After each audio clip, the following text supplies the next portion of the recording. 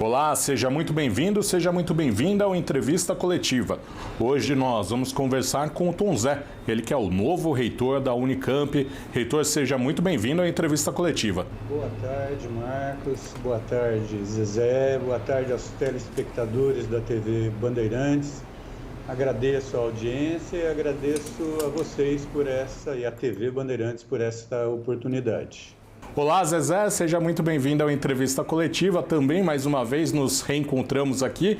Pode fazer a primeira pergunta para o professor Antônio José de Almeida Meirelles. Pois é, olá, pessoal. Olá a todos que nos assistem. Bom, a minha curiosidade é o que muda com essa nova gestão da Unicamp na comparação com o que foi a gestão do Marcelo Nobel. Então, tem um contexto um tanto diferente, né? E tem algumas visões também que são diferentes e que tem a ver com as candidaturas, mas tem também muita perspectiva de continuidade. Então, eu destacaria, assim, como uma conquista que foi importante no passado da Unicamp, e isso envolve a gestão do professor Marcelo Nobel e as gestões anteriores, incluindo a gestão anterior do professor Tadeu, foi a conquista das políticas de inclusão. A Unicamp hoje se caracteriza por ter uma política de inclusão bastante ampla, que envolve vários mecanismos de acesso de estudantes de escolas públicas, de estudantes pretos e pardos.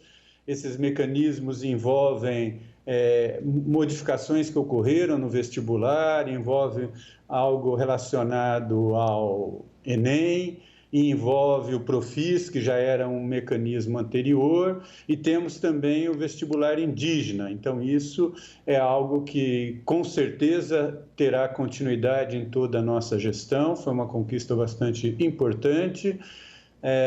Associado a isso, nós pretendemos aprofundar, fortalecer as políticas de permanência na universidade, né, para garantir que não só a entrada desse contingente de alunos se mantenha ao longo do tempo, mas também que a permanência deles aqui tenha êxito e que eles consigam concluir com todo o conhecimento, qualidade e mérito que é característica da Unicamp, os seus cursos de graduação.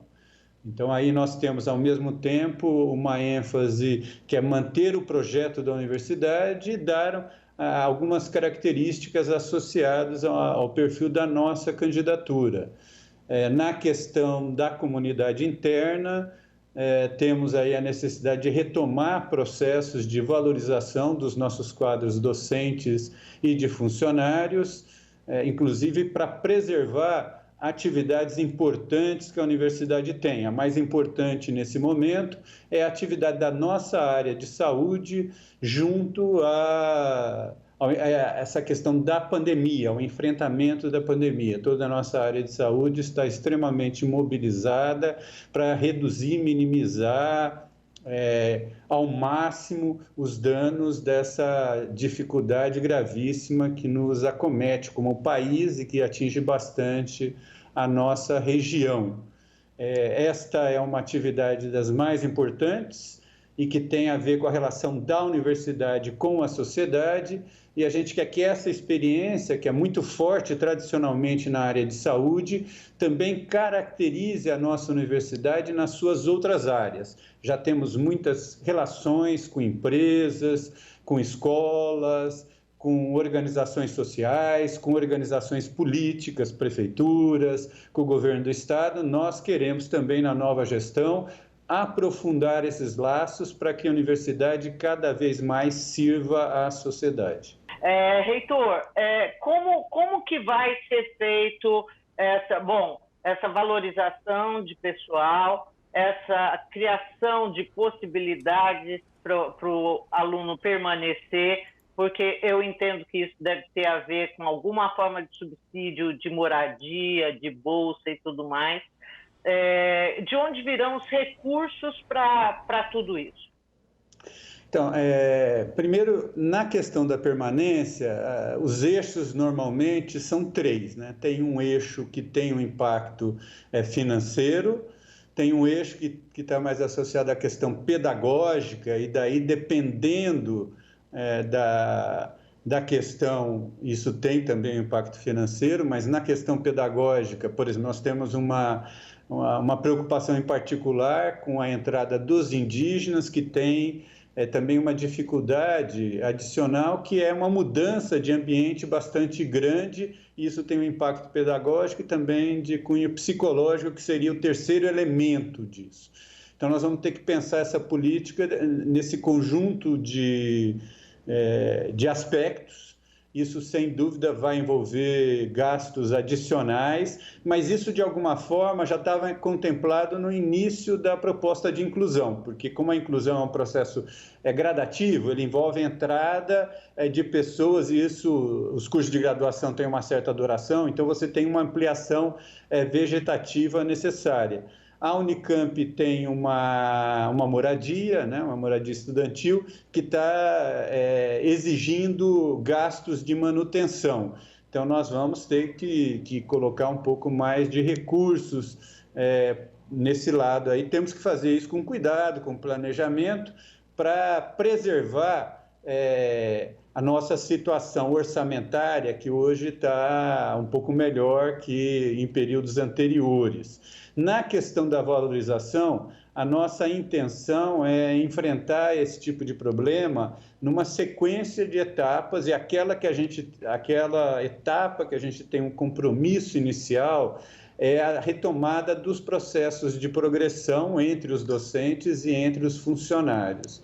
Então, essa é a nossa ênfase, que também vai envolver o uso de uma certa quantidade de recursos, mas a gente planejou isso de forma que seja viável, sem causar um comprometimento do orçamento que inviabilize ele ao longo do tempo. É uma coisa bastante bem pensada para que seja viável retomar isso e pensar em ações mais ousadas, aí a depender de como a arrecadação e o nosso acesso a recursos seja possível no futuro. Então, a gente tem que fazer isso com cautela, mas sem deixar de fazer também, né? Tomando o cuidado devido, mas promovendo novamente um espaço em que o nosso corpo de funcionários docentes, funcionários e docentes, se sinta novamente mais prestigiado e enxergue um pouco mais de futuro aí na nossa universidade.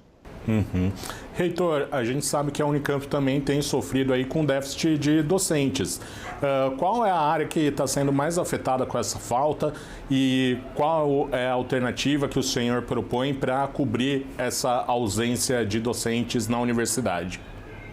Então, como eu disse na resposta anterior, nós pensamos nessa questão dos recursos humanos na universidade, em particular funcionários e docentes, numa sequência ao longo do tempo. Então, o nosso primeiro objetivo é realmente trabalhar a questão das progressões internas para valorizar o conjunto de pessoas que estão em atividade já nesse momento na universidade, inclusive para eventualmente essas pessoas terem uma disponibilidade maior de enfrentar uma carga de trabalho que é um pouco maior. Nós perdemos, de fato, em termos de docentes, cerca de 200 docentes, que é mais ou menos 10% do número de docentes da universidade, nos últimos 5 a 4 anos.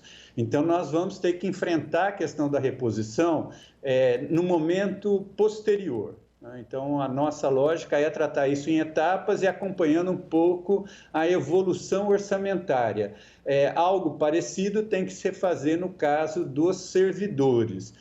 Existem exceções a isso, né? Essa possibilidade de escalonar a reposição e jogar ela um pouco para frente a depender da questão orçamentária, ela é possível em geral na universidade, mas existem áreas em que isso é muito difícil. A área de assistência na parte de saúde, a área dos colégios técnicos, onde a carga didática docente é elevada. Então, aí nós temos menos margem de manobra. A questão da reposição afeta a Unicamp como um todo, mas existem locais onde a situação é potencialmente mais delicada. Eu destacaria, em particular, as pessoas envolvidas na assistência hospitalar, na assistência médica, e as áreas envolvidas no ensino técnico na Unicamp, que tem o Cotuca e tem o Cotil em Limeiro, Cotuca em Campinas. Bom, agora a gente vai para um rápido intervalo. Na volta tem mais. A gente continua conversando, né, com o professor doutor Antônio José de Almeida Meirelles, o Tom Zé, novo reitor da Unicamp. Não sai daí.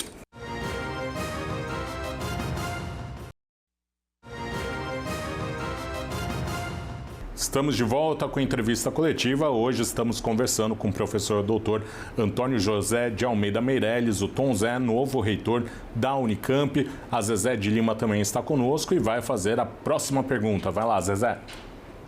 Bom, eu vou continuar com essa questão da reposição de pessoal. Aí depois eu vou lá de novo para a questão da reposição de ganhos aí dos funcionários e docentes. Bom, em relação a essa reposição de pessoal, esses 10% aí levaram alguns cursos, né? E isso eu me refiro à engenharia, a ter turmas enormes, tipo 60, 70 alunos por turma, o que não acontecia. Hoje tem a questão do ensino remoto que acaba possibilitando que isso vá mais ou menos. Mas há alguma previsão para voltar para as aulas presenciais? E na eventualidade, não é nem previsão que eu quero dizer, é plano, né? Quando voltar, como é que vão ser essas turmas hoje, assim, com 60, 70 alunos por curso?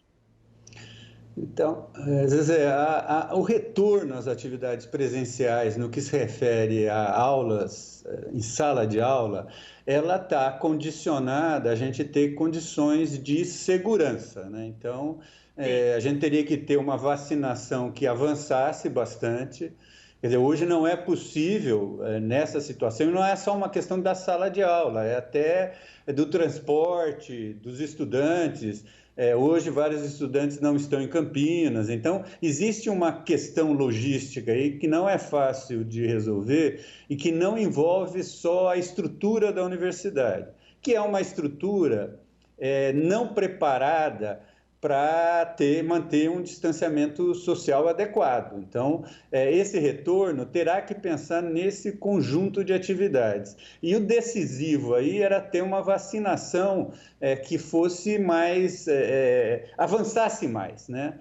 Atingir, a gente, hoje, no processo de vacinação, os professores do ensino universitário não estão incluídos na questão dos professores, eles vão sendo incluídos por idade. Então, para a gente ter uma parte substancial do nosso corpo docente de servidores contemplado com a vacinação, nós ainda vamos levar um tempo. A aula em sala de aula vai ter ainda essa dificuldade dos próprios alunos, da juventude ser contemplada num processo de vacinação. Então, não é algo que a gente consiga garantir um horizonte a curtíssimo prazo. Nós mantemos um pouco... Por favor? Mas tem, assim, algum... Porque eu me lembro que, algum tempo atrás, a gente falava sobre retorno, né? Sobre essa questão das aulas remotas, e alguém da Unicamp, eu não sei se foi o próprio Marcelo, falou, olha, a gente pensa, a gente planeja a universidade, né? Ainda que não volte, a gente tem que planejar para quando voltar. Foi nesse sentido que eu perguntei para o senhor, se existe algum planejamento nesse sentido para um dia, seja daqui a um ano, seja daqui a 6 meses, quando isso for retomado, como é que vai ser trabalhada essa questão da falta de docente que leva a essas classes tão grandes? Então, o problema aí das classes grandes, né? Porque a gente tem uma estrutura também de ensino, só para deixar claro para o telespectador, que envolve o corpo docente, mas sendo uma universidade que tem um peso muito grande também de atividade de pesquisa, e que na atividade de pesquisa a gente está formando potencialmente novos professores, não só pesquisadores, mas professores de outras instituições. A Unicamp forma a gente para dar aula nas universidades federais do norte ao sul do país. Então, nós temos uma estrutura de monitoria muito forte, né? Então, as dificuldades com turmas grandes é algo que a universidade sofre há um certo tempo. O que ela tem agora de particularidade é que nós não conseguimos alocar essas turmas mais numa sala de aula presencial, e no retorno nós talvez tenhamos que conviver durante um tempo com políticas ainda de manter distanciamento social, porque a gente sabe que se geram novas variantes do vírus, ainda as vacinas não são necessariamente testadas com essas variantes. Então, nós vamos ter que combinar os cuidados associados à vacinação com ainda cuidados associados a um certo distanciamento social. Então, o provável é que a retomada de atividades envolva a ocupação de salas de aula sempre de forma parcial e que a gente tenha que combinar o ensino presencial com o ensino remoto simultaneamente, com parcelas da turma tendo situação presencial, outra parcela tendo remota e fazendo revezamento. Acho que essa é a tendência maior. Isso vai ter que ser testado, né? Não acredito que o nosso problema maior hoje seja, para retomar essas atividades, o déficit de professores. Não me parece que isso seja o maior problema. Isso é um problema para a gente desenvolver o conjunto das atividades docentes no longo prazo, porque ele envolve que os professores tenham que ter uma carga didática maior e menos tempo, por exemplo, para se desenvolver na formação de pós-graduandos, nas suas atividades de pesquisa. A Unicamp, como as universidades, grande parte das universidades públicas, o docente ele não só ensina, né? Ele pesquisa, ele forma pesquisadores, ele desenvolve ciência, tecnologia, conhecimento. Então, é um conjunto de atividades que tem algum grau de flexibilidade de você combinar, você consegue resolver essas dificuldades de ter pessoas momentaneamente, de ter um quadro menor, mas isso tem um impacto negativo no longo prazo, que é, por exemplo, diminuir o nosso potencial de gerar novo conhecimento, gerar nova tecnologia, formar doutores e mestres para os institutos de pesquisa, para as outras universidades, algo que a gente, por exemplo, aqui nota, provavelmente grande parte dos pesquisadores de institutos como o Butantan, como o IAC, como o Itaú, né?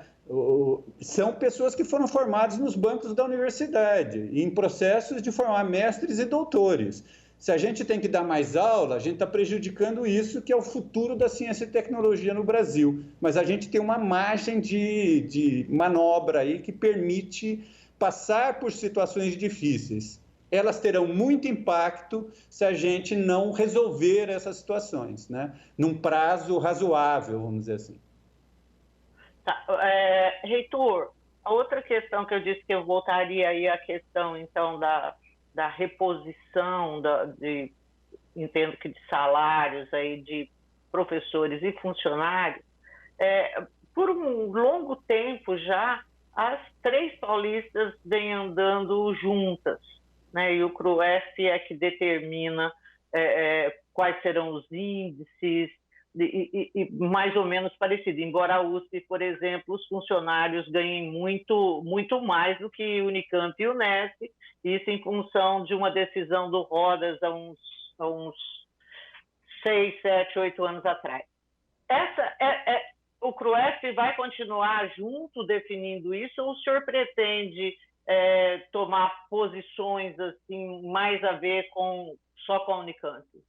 Não, eu tenho absoluta certeza da importância do CRUESP, né? O sistema de ensino superior do Estado de São Paulo, baseado nas 3 universidades estaduais, para ele ter essa força que ele tem hoje, ele teve que contar com a sua ação conjunta das universidades e contar com a FAPESP.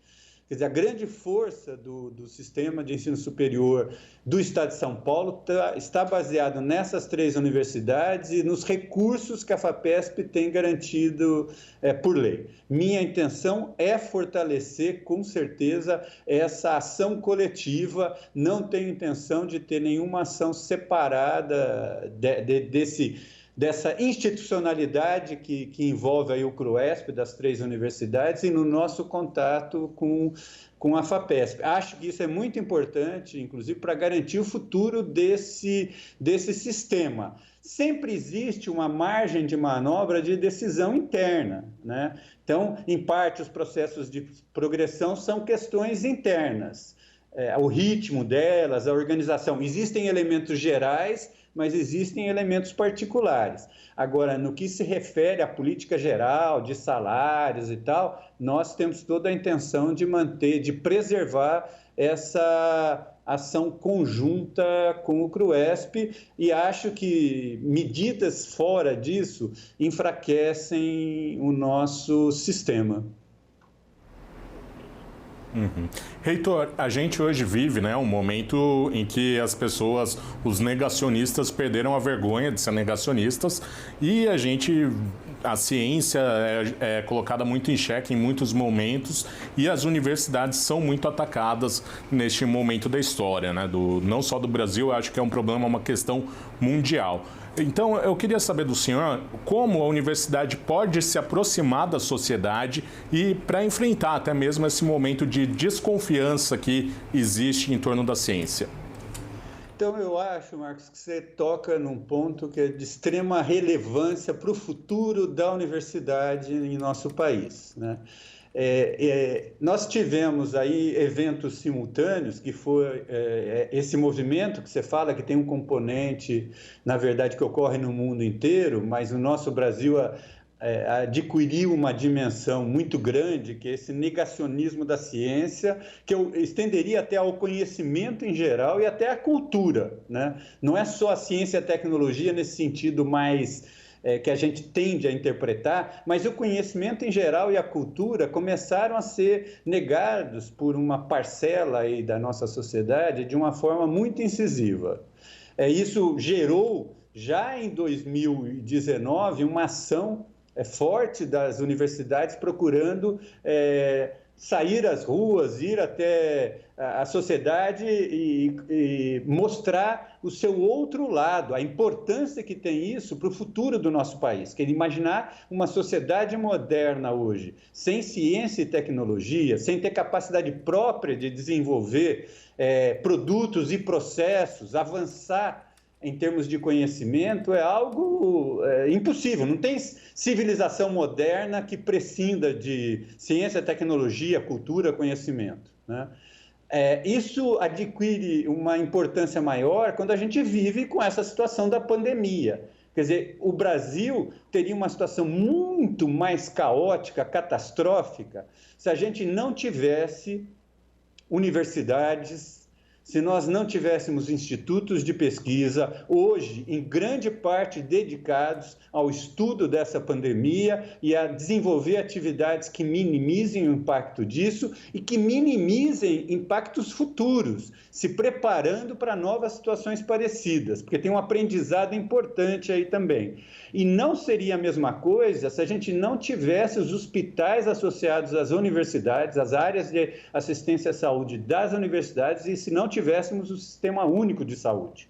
Quer dizer, essa é a prova cabal da importância da gente ter pessoas bem formadas, ter conhecimentos gerados e que, em grande parte, hoje, são gerados em torno das universidades públicas, das universidades do Estado de São Paulo e dos institutos de pesquisa, e que estão associados em termos de ação, além dessa rede hospitalar das universidades, ao Sistema Único de Saúde.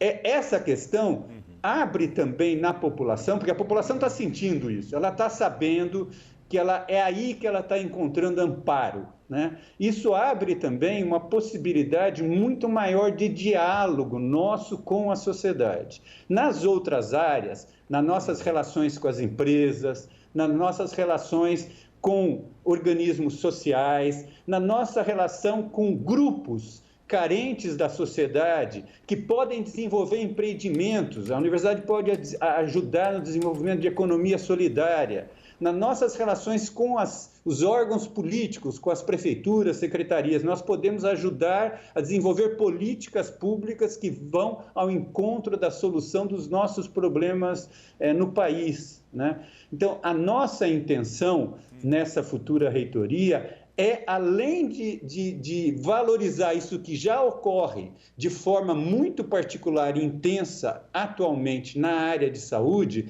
é fazer isso nas outras áreas de forma ainda mais intensa. Vou dar um exemplo para você. A Unicamp forma anualmente cerca de 600 profissionais em licenciatura para o ensino básico, para o ensino que ocorre antes da universidade. Nós podemos estreitar muitos laços com as secretarias municipais de educação de toda a região de Campinas, da nossa cidade, da nossa região, e com a secretaria estadual, para fazer ações que valorizem o papel desses profissionais nas escolas, né? E que a gente consiga atender mais a demanda de formação da nossa juventude, das nossas crianças, por exemplo. E a gente pode fazer isso em outras áreas. A Unicamp tem muita tradição na área de inovação, de gerar, é a universidade que mais deposita patentes nesse país. Então, a inovação e a relação com a empresa já é tradicional e a gente pode fazer isso em escala maior. Para concluir, nós temos uma iniciativa aqui na ampliação da Unicamp, que é a Fazenda Argentina, que é denominado RIDES, é o Hub Internacional para Desenvolvimento Sustentável, que é uma ação compartilhada não só da Unicamp, com a PUC, com a Pontifícia Universidade Católica de Campinas, com a Prefeitura de Campinas, com o governo do Estado de São Paulo e com empresas da região, para a gente desenvolver ciência e tecnologia, até com teste em escala maior, para ser realmente aplicado no desenvolvimento nacional ou da região, com uma perspectiva de sustentabilidade econômica, ambiental e social. Então, esse tipo de ação é a intenção da nossa reitoria fortalecer bastante. Reitor, eu quero agradecer muito a sua participação aqui no Entrevista Coletiva. Até uma próxima. Muito obrigado, Marcos. Muito obrigado, Zezé. Muito obrigado aos telespectadores e obrigado à TV Bandeirantes por essa oportunidade. Zezé, um abraço para você. Até a próxima. Outro, Marcão. Até a próxima. Logo, logo. Tchau, pessoal. Tchau, tchau. Eu agradeço muito a sua companhia e até mais. Tchau, tchau.